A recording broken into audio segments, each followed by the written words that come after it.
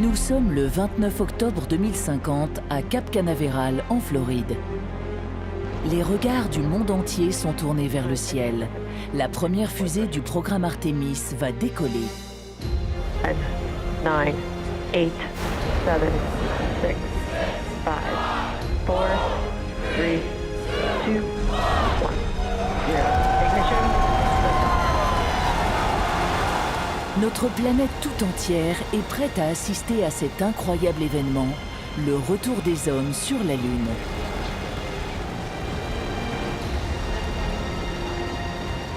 Grâce à une coopération internationale sans précédent, des hommes sont à nouveau en route vers notre satellite. Mais cette fois-ci, les astronautes n'ont pas prévu de revenir. Ils s'installeront durablement sur la Lune.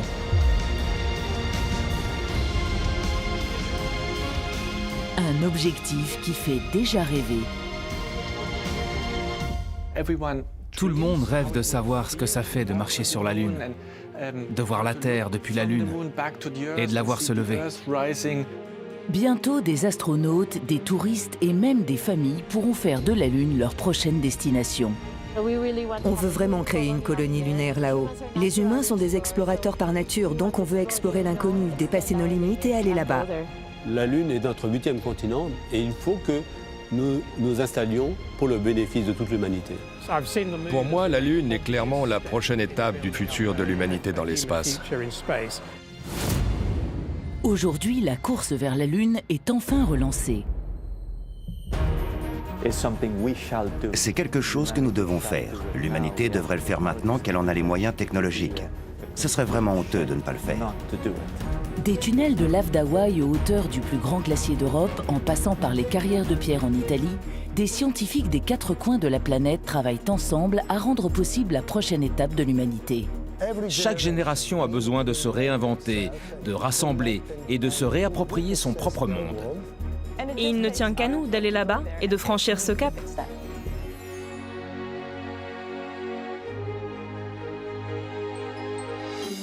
We choose to go to the moon. We choose to go to the moon.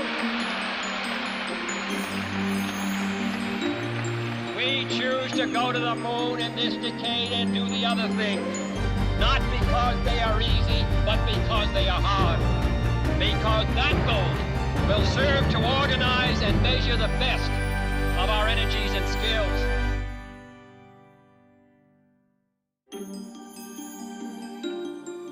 Pour établir la présence humaine dans un lieu inexploré, il y a 3 étapes incontournables. Première étape, l'homme doit poser un premier pied sur cette nouvelle terre et y planter un drapeau pour dire qu'il est bien passé par là. Cette première étape, dite de l'exploration, a déjà été réalisée. En 1969, la NASA lançait les 3 astronautes d'Apollo 11 pour un voyage historique. Une traversée de 381 000 km à travers l'espace avec à l'arrivée l'un des événements les plus marquants de l'histoire de l'humanité, les premiers pas de l'homme sur la Lune. Although the surface appears to be very fine-grained as you get close to it. It's almost like a powder. Boy, look at those pictures. Wow. Armstrong is on the moon. Neil Armstrong, 38-year-old American, standing on the surface of the moon. On this July 20th, 1969. That's one small step for man. One giant leap for mankind. Mais depuis les années 70, la course vers notre satellite s'est essoufflée. La fin de la guerre froide et le manque de soutien qui s'en est suivi ont tué l'ambition spatiale. Circuler, il n'y a plus rien à voir.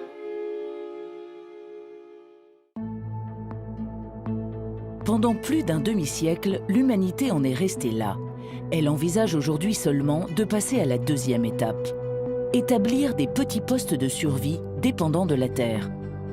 La 3e étape sera de construire un véritable village lunaire, produisant lui-même ses ressources. Cette nation pourra accueillir des astronautes, mais aussi des familles. À ce moment-là, nous pourrons nous considérer comme une civilisation extraterrestre. Mais avant de se déclarer comme lunien, il va falloir se concentrer sur l'étape 2, retourner sur la Lune. Pour le professeur d'astronomie Ian Crawford, réitérer l'exploit des missions Apollo n'est pas si simple. On a cessé d'envoyer des vols spatiaux habités sur la Lune, essentiellement parce qu'il n'y a plus d'intérêt géopolitique. Et c'est très frustrant d'un point de vue scientifique. Selon l'astrophysicienne Yael Nazé, ce n'est pas seulement la motivation politique qui s'est perdue, mais surtout les connaissances de toute une génération d'ingénieurs. Ceux qui avaient fait du rêve lunaire une réalité. Alors retourner sur la Lune aujourd'hui, c'est vrai qu'on l'a fait il y a 50 ans. C'est vrai qu'on a les plans, des fusées, on a tout ce qu'il faut, on a les trajectoires, on sait ce qu'ils ont fait. Mais en 50 ans, voilà, malgré les plans et tout, le savoir-faire s'est perdu. Les gens qui ont fait les fusées à ce moment-là, ils ne sont plus là maintenant. Donc on a perdu quand même tout ce savoir-faire. Il n'y a pas que les plans, je veux dire, c'est tout un ensemble. Alors ça va demander du temps, ça va demander des investissements. Et Apollo n'était pas que le fait d'une poignée d'ingénieurs. C'est une nation tout entière, les États-Unis, qui s'est mobilisée pendant 10 ans pour envoyer un homme sur la Lune avec la fusée Saturn V. Ce lanceur titanesque, mis à la retraite en 1973, n'a tout simplement pas d'équivalent à l'heure actuelle.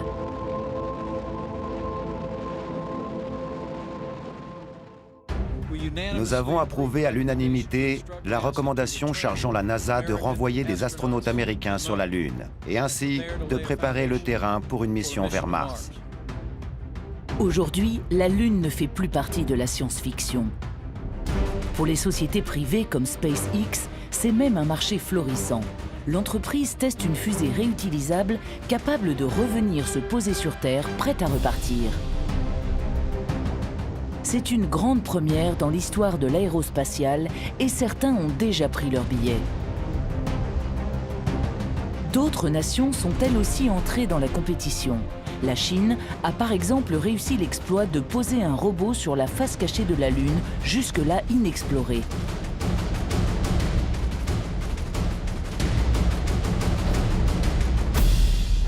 Ça peut être une compétition de type olympique. Chaque pays, chaque acteur essaye de développer le meilleur de soi. Et donc il y a une sorte de défi aux Américains, mais aussi au reste de la communauté internationale, de développer des moyens d'aller à la surface de la Lune. L'Agence spatiale européenne participe au projet de la NASA pour un retour rapide sur notre satellite. Ensemble, ils travaillent sur la construction d'un nouveau lanceur, le Space Launch System. Une fois opérationnelle, cette fusée servira pour les prochaines missions spatiales. Elle sera lancée vers la Lune dès 2020. Au-delà d'une simple base de survie, l'ESA nourrit le projet d'un village lunaire durable et international. Pour superviser sa construction, les astronautes vivront d'abord en orbite autour de notre satellite dans une nouvelle station, le Deep Space Gateway. Son assemblage va commencer dès 2022. Une capsule transportera un équipage d'astronautes de la Terre jusqu'à la surface de la Lune. Le professeur Bernard Foin nous présente ce module relais. Voici un module qui représente notre première mission habitée autour de la Lune. Il est composé d'une capsule, la capsule Orion, construite par les Américains, et d'un module de service qui contient l'engin intelligent qui va emmener cette capsule autour de la Lune et la ramener sur Terre. Et c'est dans ce cadre que nous avons construit ce module qui va emmener cette capsule, qui est une capsule qui est plus grande que la capsule Apollo, donc c'est Apollo avec des stéroïdes, et qui va emmener 4 astronautes pour un voyage qui va durer 1 à 2 semaines autour de la Lune. Nous avons l'intention de la lancer d'abord en 2020, donc en vol automatique, pour vérifier que tout fonctionne dans le système, donc aller vers la Lune, retourner et réinjection dans l'atmosphère terrestre en toute sécurité. Et en 2022, il est prévu d'y aller avec 4 astronautes. Une fois les vols de test terminés, il faudra trouver un lieu pour installer ce nouveau poste avancé. L'agence spatiale utilise des satellites qui scannent la Lune à la recherche de la zone idéale. Car la Lune n'est pas aussi accueillante que notre bonne vieille planète Terre. La température peut y varier de plus 90 à moins 180 degrés. Certaines zones, situées à la frontière entre l'ombre et la lumière, captent presque en permanence les rayons du Soleil. C'est le cas du pôle Sud. Sur les pôles, nous avons découvert avec SMART 1 des pics sur lesquels on voit le Soleil tout le temps. Donc là, les températures sont de l'ordre de moins 40 degrés. Bon, vous savez, c'est beaucoup plus modéré. Nous aurons ces conditions sur Terre. On peut avoir donc un habitat qui recueille de l'énergie venant du Soleil et qui peut donc maintenir des activités tout le temps. Les pôles sont très intéressants sur le plan énergétique, mais aussi parce que ces pôles sont à proximité de régions où il y a des dépôts de glace d'eau. Donc nous pouvons avoir tous les ingrédients pour faire tourner une base, donc avec un système de recyclage, pour une durée indéfinie, avec une présence humaine et robotique permanente et durable. Car le prochain pas sur la Lune ne sera pas celui de l'homme, mais celui des robots, envoyés en avance pour préparer le terrain. Plus loin dans le système solaire, Curiosity explore la surface de Mars depuis 2012. Ce robot mobile ou rover peut vérifier des théories scientifiques sur le terrain. Ces mêmes technologies peuvent donc être développées sur la Lune pour des opérations bien plus complexes. Dans ce centre de test aux Pays-Bas, Shahrzad Hosseini et Thomas Kruger travaillent à rendre possible une interaction inédite entre humains et robots. Aujourd'hui, on est capable d'envoyer des systèmes robotiques là-bas. Ça veut dire qu'on aurait des humains et des systèmes robotiques ensemble sur la surface de la Lune. Pour désigner la collaboration entre les humains et les systèmes robotiques, on parle d'opérations humaines et robotiques intégrées ou, pour être plus simple, de partenariat homme-machine. Appelé Centaur, ce fier descendant de Curiosity sert de prototype pour les futures missions automatisées. Opéré en direct depuis une station orbitale, il pourra réagir instantanément aux commandes de l'homme. Notre recherche se concentre sur un démonstrateur. Ici, au laboratoire de l'interaction homme-machine de l'ESA, on développe une station de contrôle. On utilise la manette pour conduire le rover. Mais sa particularité, c'est d'avoir une main robotique utilisant un appareil à retour de force. Ça, c'est un appareil commercial qui sera adapté pour l'espace à la fin de l'année. En gros, le robot va reproduire exactement mon mouvement. Sa spécificité, c'est que l'opérateur va sentir le retour de force. Donc si le rover touche quelque chose, je vais le sentir dans ma main et avec ce retour de force, je vais pouvoir agir avec dextérité. Par exemple, ramasser des pierres et plus tard peut-être réaliser des tâches de maintenance. Pré-programmé ou dirigé en direct, ce rover pourra effectuer des tâches répétitives et dangereuses pour l'homme.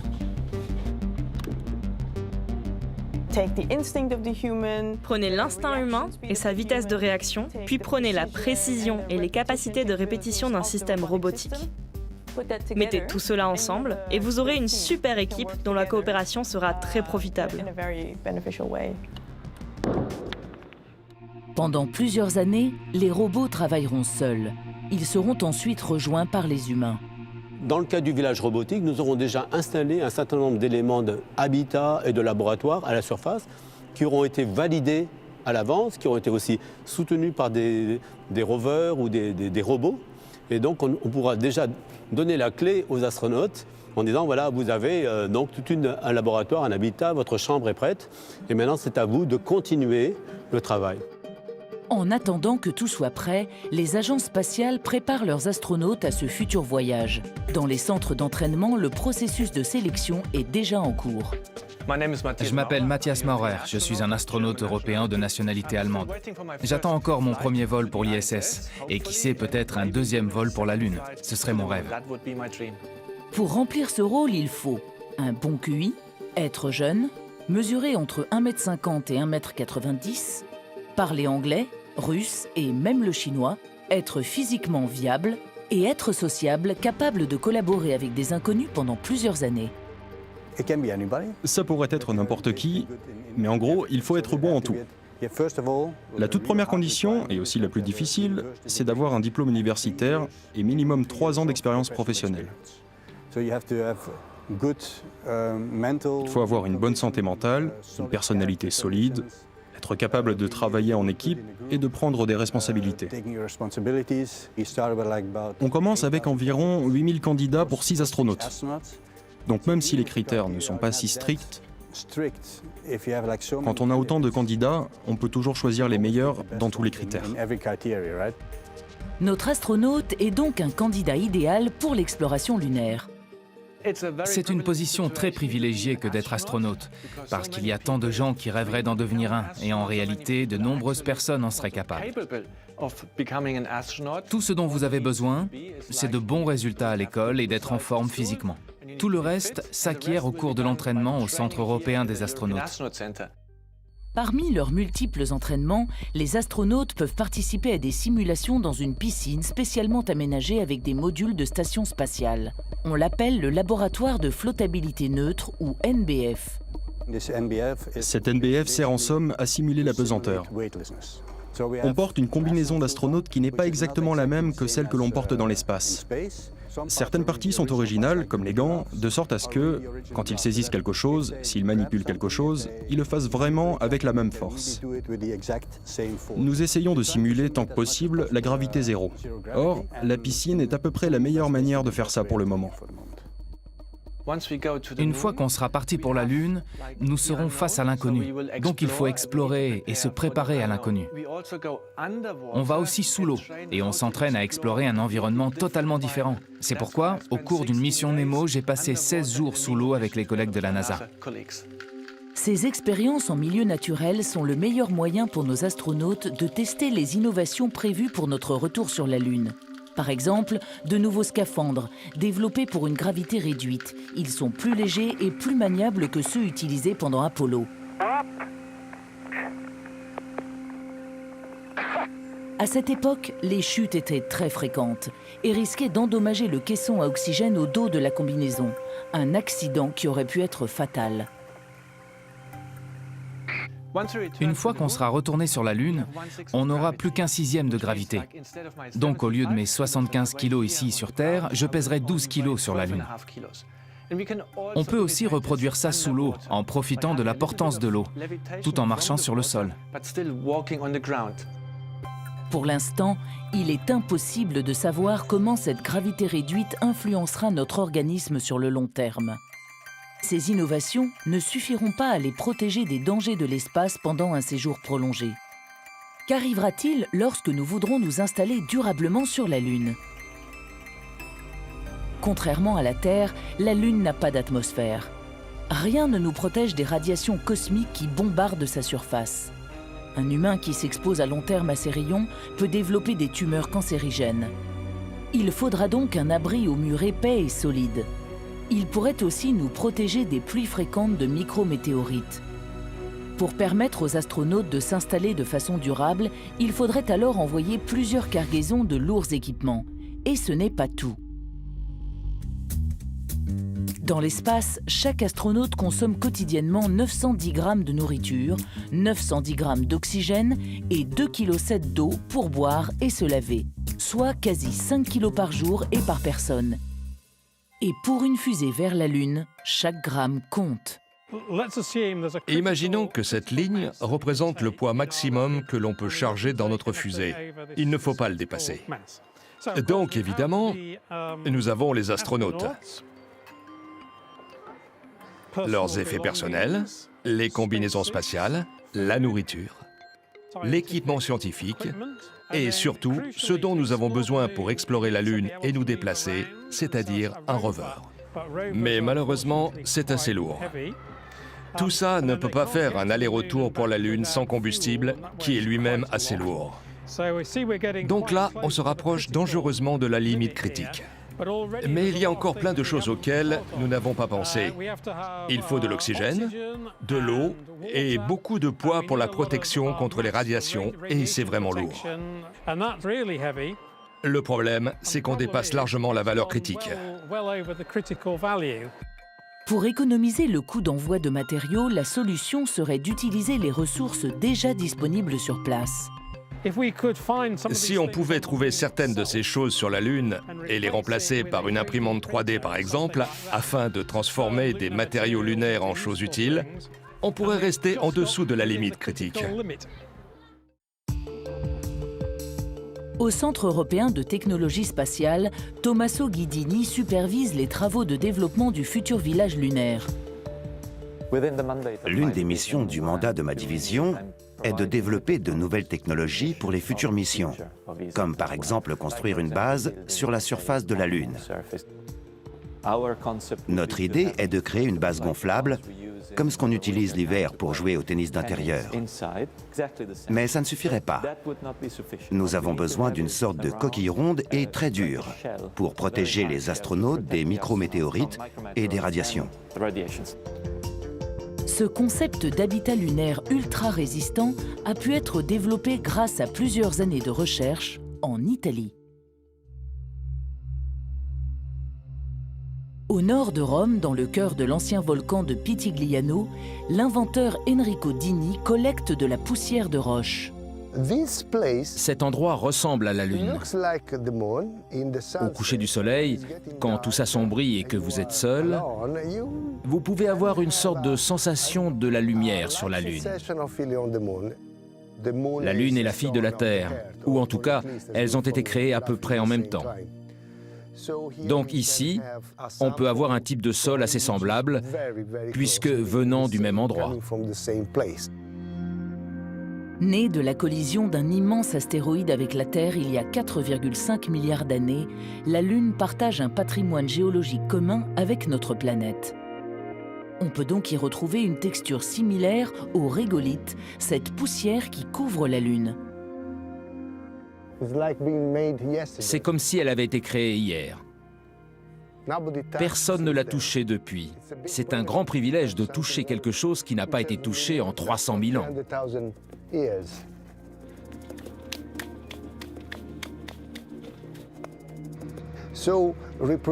C'est très difficile de reproduire exactement la forme des grains de la Lune. Ici, ce type de sol est largement suffisant pour préparer la construction de bâtiments sur la Lune. La poussière de Lune est granuleuse, vitreuse.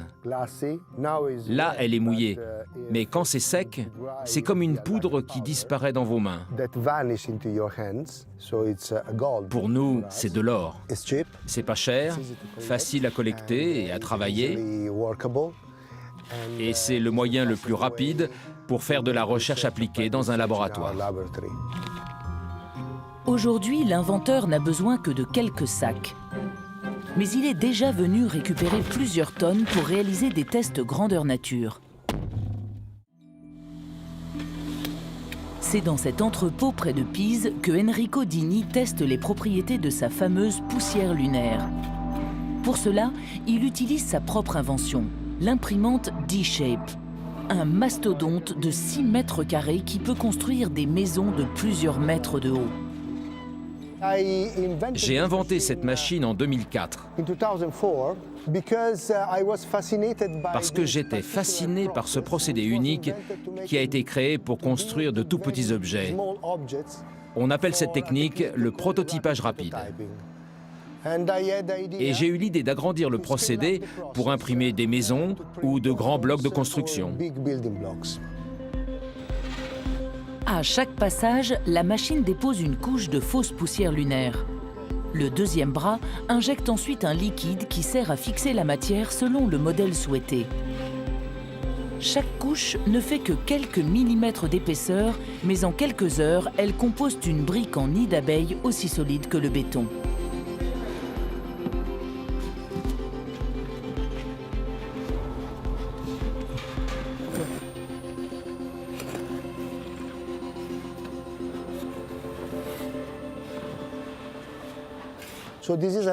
C'est un test qui vise à obtenir le plus de structure avec le moins de matériaux possible.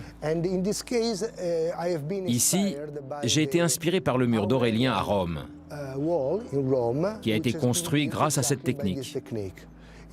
C'est pour avoir un mur très épais, puisque le but est de créer des abris très sûrs pour protéger les habitants de l'impact de micrométéorites et des radiations solaires.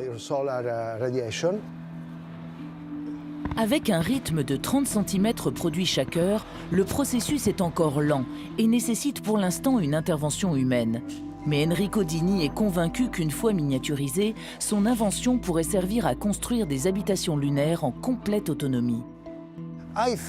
Je pense que dans 10 ans, Peut-être pas moi, mais quelqu'un qui aura été inspiré par mon travail sera capable de mettre une imprimante 3D dans une fusée et de l'envoyer sur la Lune. Ça arrivera, c'est sûr. La brique imprimée par Enrico Dini est l'exemple parfait de ce qui pourrait être reproduit dans l'espace. Son travail est exposé à l'Agence spatiale européenne. Avant l'arrivée des astronautes, des rovers fonctionnant à l'énergie solaire viendront collecter la poussière de régolithe qui recouvre la Lune. Grâce à des imprimantes 3D intégrées, l'ESA voudrait reproduire couche par couche la structure imaginée par Enrico Dini. C'est exactement la raison pour laquelle ce mur est ici, car il sera, comme vous le voyez, une protection solide pour les astronautes qui seront assis de l'autre côté. Ça les protégera des micrométéorites et des radiations. Mais le régolithe n'est pas la seule ressource indispensable qui peut être trouvée à la surface de la Lune. L'eau. Nous avons besoin d'eau sur la Lune. C'est l'une des raisons pour lesquelles nous pensons au pôle Sud. Parce qu'au pôle Sud, nous avons prouvé qu'il y avait de l'eau sous forme de glace. La présence d'eau, ça veut dire qu'il y a de l'eau pour les astronautes. Ça veut aussi dire qu'il y a de l'hydrogène et de l'oxygène. La présence d'hydrogène et d'oxygène signifie qu'il y a de l'oxygène pour respirer, mais aussi pour renforcer les quelques cellules qui sont ensuite utilisées pour produire de l'électricité. Ce qu'on veut faire, c'est mettre l'eau dans l'interstice situé entre la structure gonflable et le mur fabriqué grâce à l'imprimante 3D pour protéger encore plus les astronautes des radiations. On veut le faire de manière complètement robotisée, afin de ne pas exposer les astronautes au moindre risque. C'est pour ça que nous aurons d'abord des missions robotiques, afin de comprendre l'environnement dans lequel nous opérerons, et ensuite nous irons là-bas pour construire quelque chose de plus stable, comme un jour peut-être une base lunaire. C'est toute la beauté de ce concept, l'utilisation de la recherche in situ. Recycler, réutiliser et utiliser ce qu'il y a sur la planète. C'est quelque chose que nous devons faire. L'humanité devrait le faire maintenant qu'elle en a les moyens technologiques. Ce serait vraiment honteux de ne pas le faire. En plus des innovations scientifiques, il faudra aussi tester la résistance de l'homme à une vie lunaire. Si notre planète peut paraître accueillante, certains lieux reculés sont si hostiles qu'ils sont tout indiqués pour apprendre comment pourrait s'organiser la vie loin de la Terre. Pendant 2 semaines, la commandante de la mission Euromoon Mars a tenu son propre journal de bord. Bonjour, je suis Mikaela Musilova, la commandante de cette mission Euromoon Mars, dans cet habitat du site de recherche High Seas, à Mauna Loa, une grande île hawaïenne. Aujourd'hui, c'est le 9e jour de cette mission, il me semble. Voici la pièce principale de l'habitat. C'est dans ce petit habitat isolé sur l'île d'Hawaï que ces 7 apprentis astronautes viennent se couper du monde pour s'essayer aux conditions de vie telles qu'elles pourraient être sur la Lune. Je dois dire qu'on a vraiment un très bon groupe. Des gens très divers, avec des profils, des attentes et des âges différents. Mais on s'est très bien liés les uns aux autres en fait. Ici, il n'y a qu'une équipe de 6 personnes qui vivent dans une toute petite colonie sur un autre corps planétaire. Et aussi, chacun d'entre nous doit être multifonctionnel. L'ingénieur doit être capable de cuisiner aussi, le scientifique doit aussi être un médecin, parce que s'il arrive quelque chose à l'un d'entre eux, on ne peut pas vraiment avoir de remplacement. Alors, il y a quoi là-dedans? Ce sera du chili, con carne. Voyons ce qu'on a là-bas. Le seul type de nourriture autorisé ici sont des aliments lyophilisés, de longue conservation, qui peuvent durer des mois ou même des années. Voyons, des pois, des carottes lyophilisées. C'est beaucoup plus léger et chaque gramme qui rentre dans l'espace est important et coûte beaucoup d'argent. Et on part du principe que par exemple sur la Lune ou sur Mars, il y aura des sources naturelles d'eau et qu'on n'aura pas à l'apporter avec nous. D'ailleurs, on teste de plus en plus la fertilisation des sols grâce aux cheveux humains. Au cours de cette mission, j'ai collecté des cheveux des membres de mon équipe, y compris les miens. Maintenant, une partie commence à se dissoudre et quand ce sera fait, on prévoit de planter des choses comme des épinards dans la station.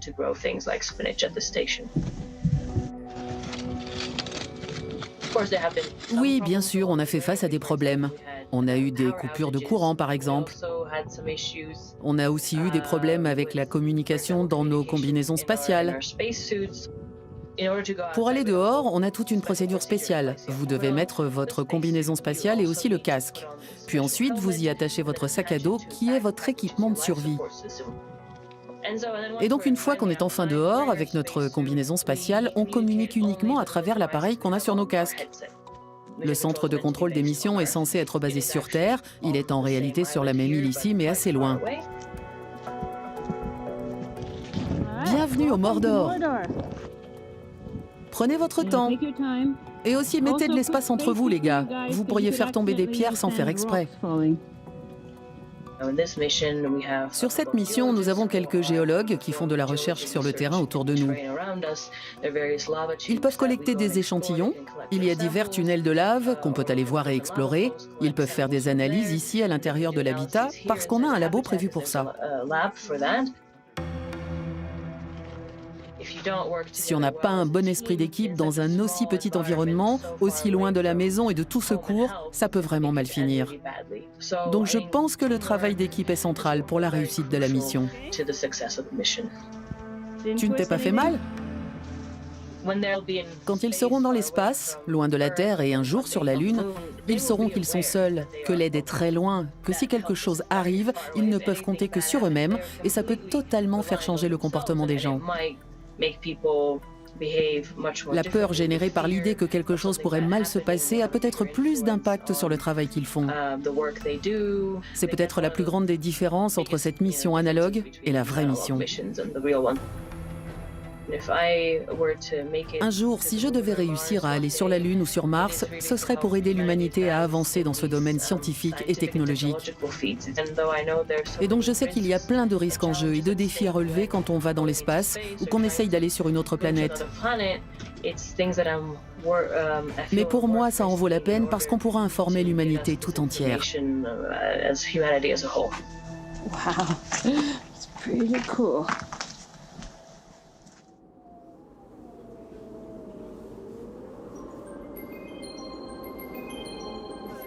Notre survie assurée, nous pourrons passer à l'étape suivante, s'installer à long terme à la surface de la Lune. Le Centre spatial suisse prépare depuis un an la phase finale d'un projet sans précédent, l'expérience Igluna. Dans le glacier du Cervin, situé à 4000 mètres d'altitude, 115 étudiants et professeurs viennent tester pendant 3 semaines le fruit de leur recherche universitaire. Ils travaillent sur la neige et même sous la surface, dans la glace, comme ils le feraient dans les tunnels de lave de notre satellite.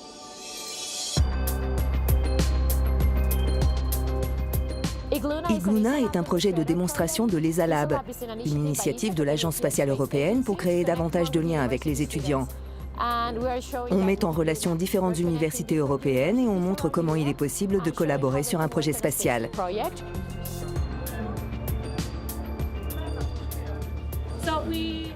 Donc, on a construit un habitat.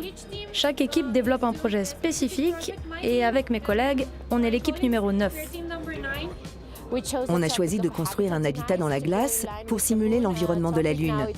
12 personnes sont allées là-bas jusqu'à maintenant, mais de plus en plus de gens veulent y aller, et parfois même pour de plus longues périodes. Donc, il faut qu'on se prépare à ça. Et ici, les étudiants développent des technologies nécessaires à l'exploration de l'espace, mais ils travaillent aussi à la création d'une communauté interdisciplinaire, de sorte à ce qu'ils puissent un jour construire un village sur la Lune. Après des mois de préparation, les étudiants sont prêts à tester leurs modules dans des conditions les plus proches possibles de la réalité. Tous représentent un aspect nécessaire à la vie dans le futur village lunaire. Ils essaient de recréer un scénario avec une quantité limitée d'eau et d'oxygène, une production d'oxygène pour respirer, de la nourriture à base de plantes, du recyclage des déchets organiques, puisqu'il n'y a pas de canalisation là-bas. C'était l'un des plus gros défis, faire en sorte que tout le monde communique, soit réellement sur un projet commun et pas que chaque projet soit seul dans son coin. Pour vivre à long terme sur la Lune, l'un des plus grands défis sera de trouver comment se nourrir. Dans l'habitat sous la glace, une équipe de 15 étudiants tente de créer un système de culture entièrement automatisé. La mission est d'aller sur la Lune et d'essayer d'y rester. Il est donc très important de réussir à avoir de la nourriture fraîche et saine sur la Lune. Ça coûte très cher d'apporter des engrais, des plantes et du matériel sur la Lune. Il est très important pour rester là-bas d'avoir un système durable où on peut recycler le plus de choses possible. Donc on a un système aéroponique qui diffuse eau et engrais directement sur les racines. C'est la raison pour laquelle nous n'utilisons que 30% d'eau par rapport à un système de production agricole classique. La spécificité, c'est que l'engrais utilisé est de l'urine humaine. Et pour certaines cultures, comme les carottes et les radis, on utilise du sol lunaire et des excréments humains pyrolysés. Sur une base lunaire, on peut à peu près nourrir 2 personnes avec ce système. Nous utilisons des fraises et de la salade, très facile à faire pousser, ou des épinards et du radis. Et pour la démonstration aujourd'hui, nous avons des fraises et de la menthe poivrée. C'est quand même vraiment chouette.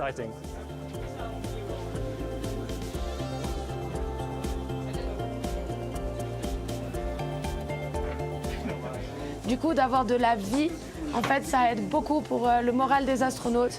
Et c'est aussi plus agréable de manger des légumes frais plutôt que de la nourriture déshydratée. Donc c'est pour ça qu'on s'est lancé dans ce projet. En fait, on a des caméras. Et après, ça va pouvoir déterminer quand est-ce que les légumes sont prêts à être récoltés. Ensuite, il y a des signaux qui vont être envoyés au carrousel pour qu'il tourne et que le bon légume vienne se placer devant le robot. Et ensuite, le robot va aller chercher le légume. Donc le robot, il va venir récupérer le légume. Après, il le retourne dans un panier. Il va chercher un nouveau légume avec déjà une graine à l'intérieur et il le replace là où il l'a pris. Comme ça, ça recommence et la boucle est bouclée.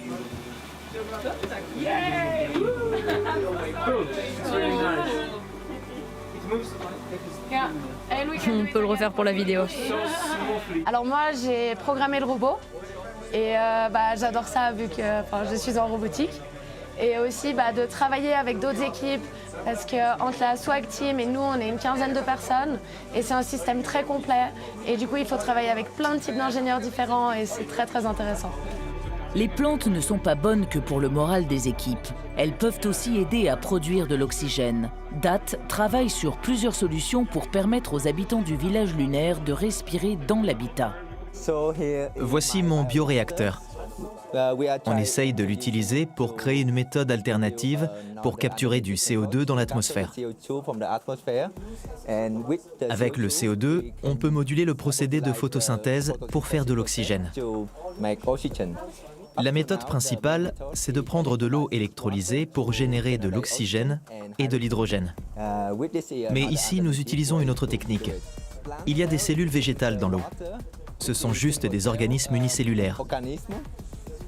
Ils capturent le CO2 de l'atmosphère et grâce à l'équation de la photosynthèse, ils libèrent de l'oxygène et de l'eau.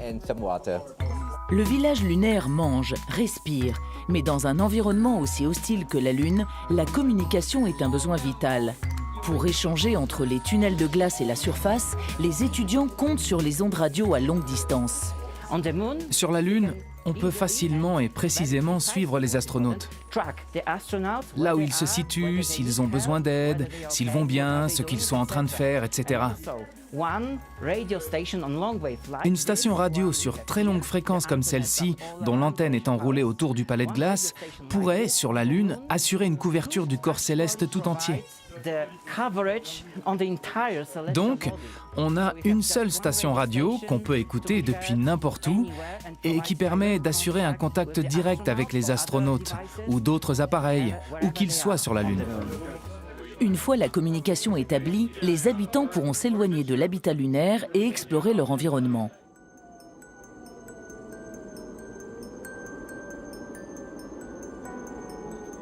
Aujourd'hui, les scientifiques sont formels. On trouve de la glace sur la Lune.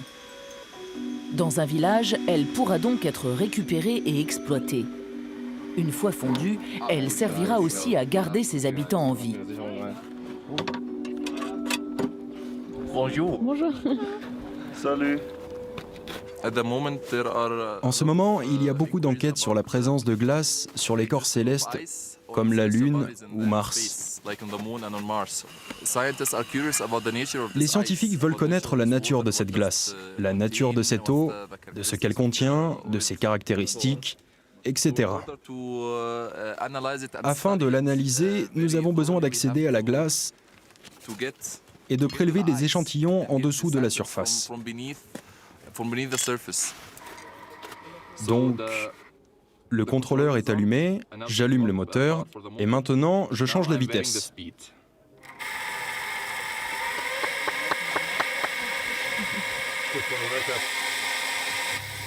Là, on est à 80 rotations par minute.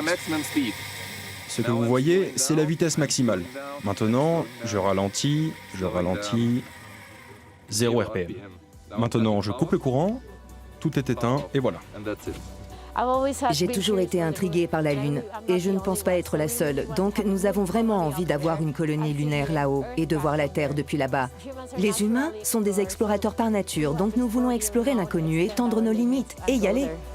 Igluna n'en est qu'à sa première édition et prévoit de développer l'expérience dans les années à venir. Le programme pose déjà les bases pour la création d'un village lunaire autonome, un lieu où les habitants formeront ensemble une société faite pour durer. Le plus important, c'est que vous êtes le futur. Vous êtes plein d'idées, vous êtes très inspirant et motivé. Donc, à vous de créer l'avenir. Voici mon message, merci.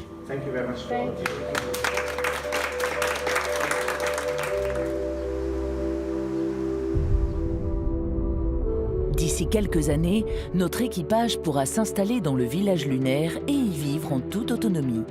Et pour Bernard Foin, ce n'est que le début. Dans la feuille de route de l'installation des humains sur la Lune, on peut dire voilà, d'ici 2024, 25, 26, les prochains humains seront à la surface de la Lune. Et ils vont rester 2 semaines au début. En 2030, des équipages qui restent 6 mois ou 1 an, comme nous le faisons sur la Station spatiale internationale, et qui passent le relais. Et ainsi, nous aurons une présence permanente de l'humanité.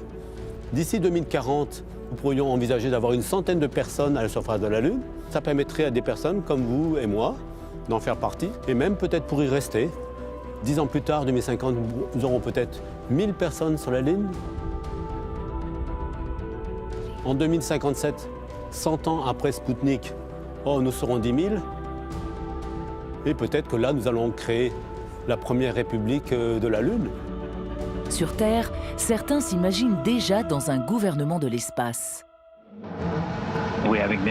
Sur Internet, une organisation appelée Asgardia prétend porter le rêve spatial tout autour de la planète. Cette pseudo-nation de l'espace a déjà un petit territoire, un nanosatellite mis en orbite en 2017. Il contient toutes les données de sa population. En ce qui concerne les principes des Asgardiens, il est dit que de l'espace, nous ne voyons ni les frontières ni les états terrestres. Nous ne voyons que les continents. Notre devise est donc « L'humanité est une communauté unie ». Des milliers d'internautes à travers le monde ont fait la démarche de se déclarer en tant que web-citoyens de cette organisation, avec l'espoir de vivre un jour dans l'espace. We comprise of more than 1 million people. This is a dream-driven space nation. Asgardia veut déjà tout avoir d'un petit pays. Un drapeau, une constitution, des élections et même un gouvernement autodéclaré. Pour les Asgardiens, l'utopie est bien réelle. Nous, les plus hauts officiers d'Asgardia, jurons solennellement d'être loyaux envers le royaume spatial d'Asgardia et de nous soumettre entièrement à cette constitution et à ses lois.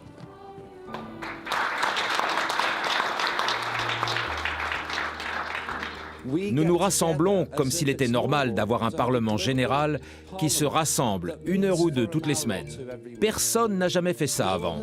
Et ça pourra être appliqué plus tard quand nous vivrons dans l'espace.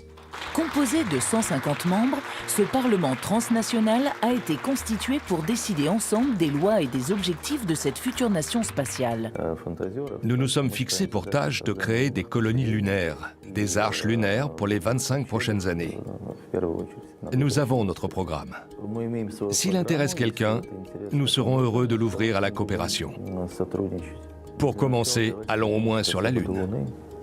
D'autres initiatives pourraient tenter à leur tour de composer une structure politique. Si nous établissons une présence permanente sur la Lune, il sera en tout cas nécessaire d'y appliquer un cadre social et juridique. L'intérêt, quelque part, d'Asgardia va être peut-être pour le moment plus philosophique, de se dire, OK, très bientôt on aura des gens qui vont aller dans l'espace, qui vont peut-être y rester. Comment est-ce qu'on organise les choses? Et je crois que l'intérêt au-delà de cette initiative ponctuelle, je vais dire, et précise, comment faire? Et quelle nationalité est-ce qu'ils vont avoir? Un enfant qui naît là-bas aura quelle nationalité? Donc toute initiative peut être bonne justement pour permettre de réfléchir à ça. Avec du temps et beaucoup d'argent, le village lunaire sera peut-être un jour une réalité. Un jour, il y aura peut-être une société lunaire, avec sur place des familles, des ingénieurs et des scientifiques. Certains ne feront là qu'une étape.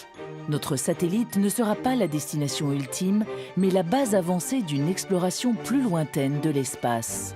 Comme les États-Unis l'ont déjà annoncé, c'est une occasion de tester des technologies pour un jour aller plus loin, vers Mars. La Lune servira donc de bac à sable. C'est la première fois dans notre histoire que nous pouvons devenir une espèce multiplanétaire. Et il faut que nous le fassions.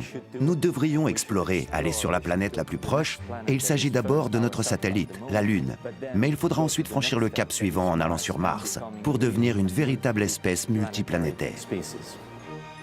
D'autres préféreront rester et explorer la Lune.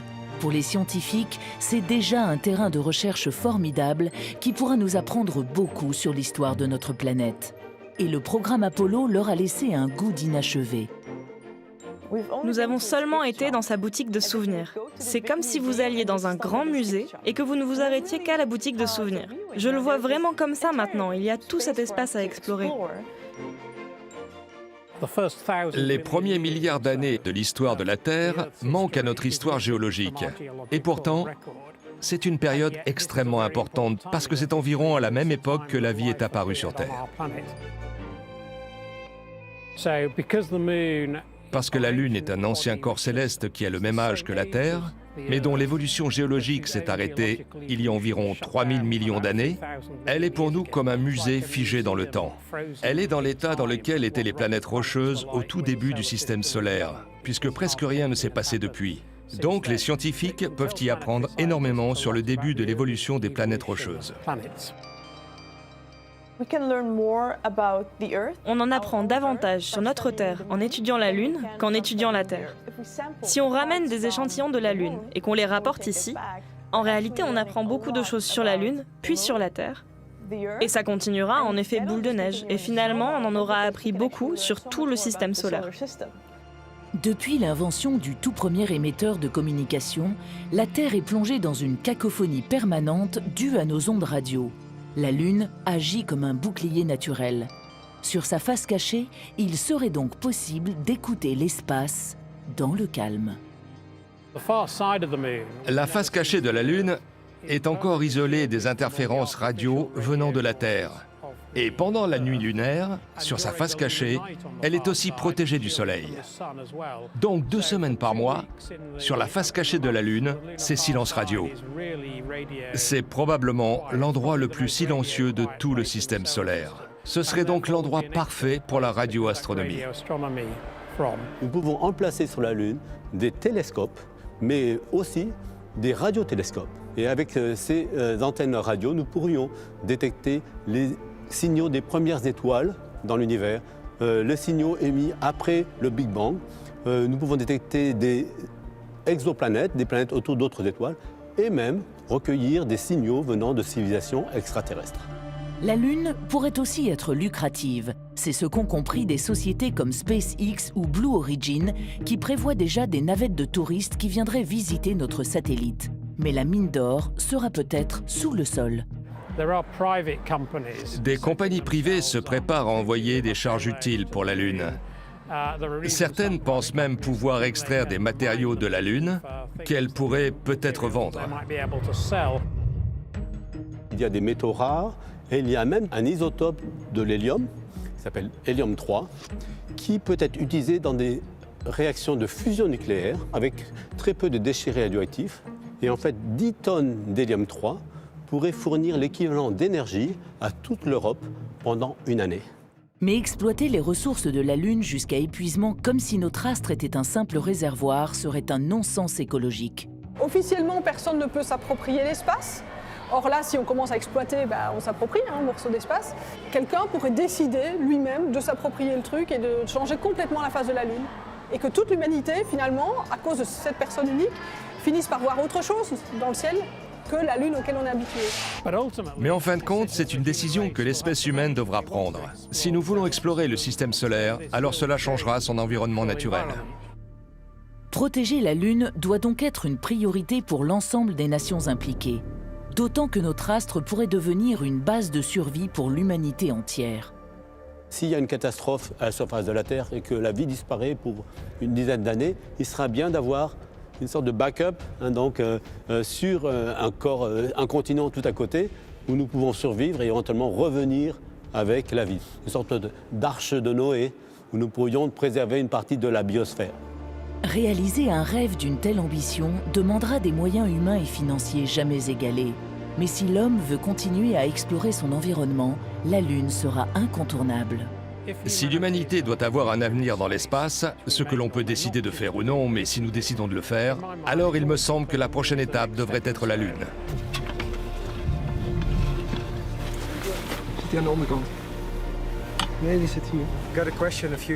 Il y a quelques années, on m'a posé une question. Si tu devais aller sur la Lune et ne jamais revenir, est-ce que tu le ferais? J'ai réfléchi 3-4 jours et j'ai dit ouais, je resterai là-bas. En tant que géologue, il y a du travail partout. On peut grimper sur cette colline et être le premier à le faire. Il y a tellement de choses à découvrir. Il y a littéralement une planète entière à découvrir. Partir pour l'ISS, c'est déjà un grand privilège, mais aller sur la Lune est actuellement le plus grand rêve de tous nos astronautes. Donner une inspiration aux jeunes, au public, à participer à une aventure lunaire, est quelque chose qui va permettre à toute notre humanité d'innover, d'évoluer, travailler ensemble, bâtir une plateforme sur un continent qui sera un continent de paix. La Lune est notre 8e continent et il faut que nous nous installions pour le bénéfice de toute l'humanité. Et c'est là, en fait, toute l'importance de la Lune. Elle peut vraiment nous donner des réponses à des questions que nous avons déjà, mais aussi à des questions que nous n'avons pas encore définies. Et le fait qu'une si petite Lune, un si petit corps planétaire de notre système solaire, soit capable de lever le voile sur tant de secrets et de mystères qui sont encore là-bas, et qu'il suffit d'un petit effort de notre part pour y aller et faire ce pas en avant.